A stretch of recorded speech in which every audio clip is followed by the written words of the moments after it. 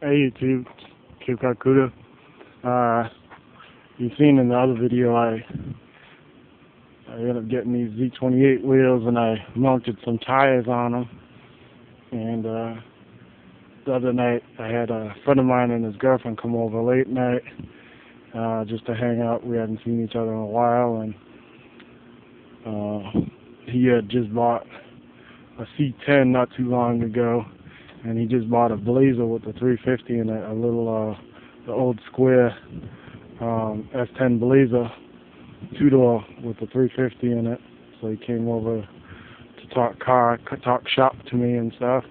And he helped me bead lock these tires on the rims, because after I mounted the tires, I discovered that the valve stems didn't have any valve cores.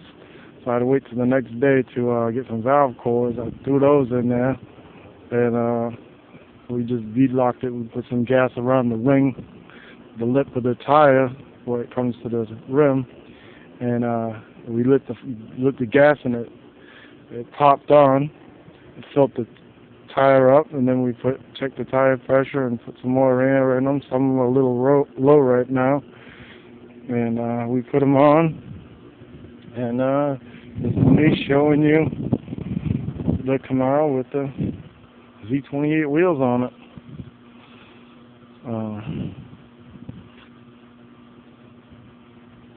Just trying to get it a little sporty looking. It's a base model, small block 307 car, 1970, Hugger Orange, original paint code 65.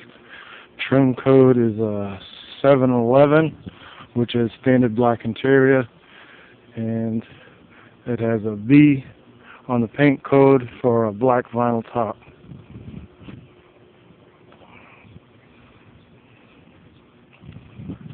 There's another code on it right now. Off the top of my head, I don't remember it. I found this car in a junkyard, and it was complete, near complete, when I discovered it. All the interior and everything was in it. And by the time I was able to purchase the car, get back down there and purchase the car, the interior is missing, including the dashboard. I installed some 70 tail lights on it that were missing, and a back window I ended up purchasing separately and putting in the car, and a tail light harness. And let's see, I think that's about it, all I've purchased for the car so far. I've been dealing with, I went out and bought a 73 Camaro after I bought this one, and I ended up selling the 73.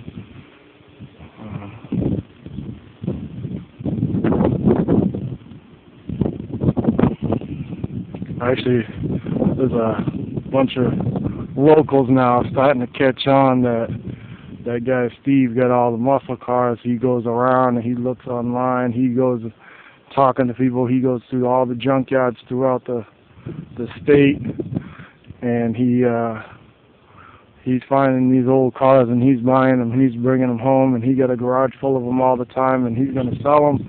So if you want one, you go on YouTube. He's got a YouTube channel, and you see it on YouTube, and you can look at the car. He'll walk around it and he'll show you the ins and outs and bad and the good, and he'll even decode it and tell you VINs on it. And well, not the VIN, I don't give out the VIN information.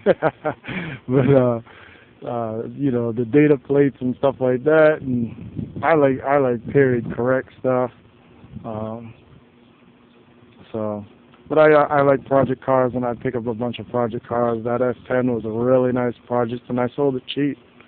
And the 57 Chevy, that was a good cheap project. You don't see those all the time, and that's what I do. You don't see 70 Camaros when you're driving down the road. You don't see them sitting in people's yards, because there's people that are going out trying to crush these cars. You got code enforcement driving around ticketing cars like this and getting them out of people's yards, and they're going to junkyards and they're crushing them. They got no love for these cars. These cars weigh a little. This car weighed 3,100 pounds, almost 3,200 pounds, brand new, is this car right here. So they want to crush it and get the scrap weight for this car. To us, it's dumb, you know. to a car guy, to a muscle car guy, to a guy that likes classic antique vehicles. You know, that's our worst nightmare, is to take a car like this and crush it. Because once they're gone, they're gone. And my job is to go around and try to find as many as I can and get them to the proper hands.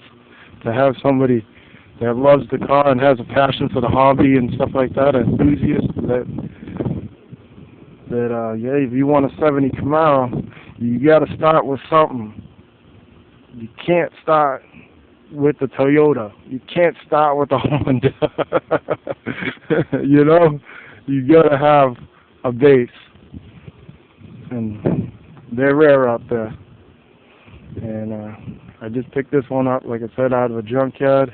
This one is actually really good condition. The 73 I just sold was in remarkable condition.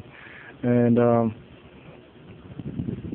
you know, and I feel I'm letting them go for a fair price. And, you know, the last car I sold, I had another guy come over, and he said, man, you gave that car away. I'm surprised you sold it so cheap.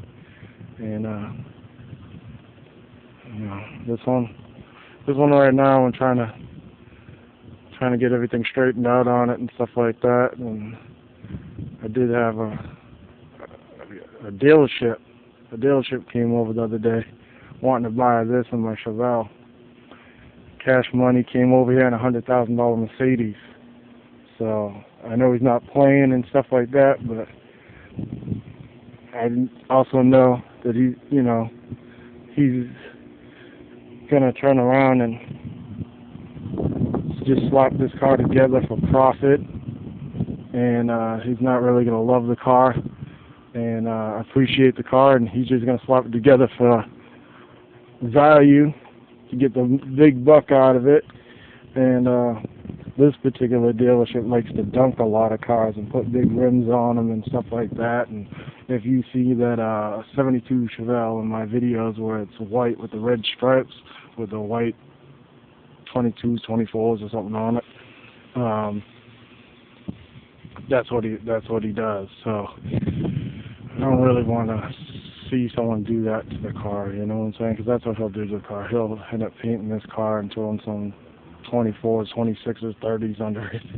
Put a stereo and fiberglass the whole interior. That's just what he does. And so, anyways, this is what the Z28 looks like. I still have to collect some interior pieces. 70 interior is going to be pretty hard to find, and you're going to have to pay top dollar for that stuff when you do find it. Like I said, it's about $450 for the seats ripped up, and then you're going to have to pay another $300, $400 to have them reupholstered. And that's just bucket seats. And the car's missing the dashboard. I think I rambled on long enough. But here's my 70 Camaro, showing you the Z28 wheels. They're not correct not period correct for the car, but they still have that theme, that style of what it's supposed to look like. Cape Cod Cuda signing out. Thanks for watching.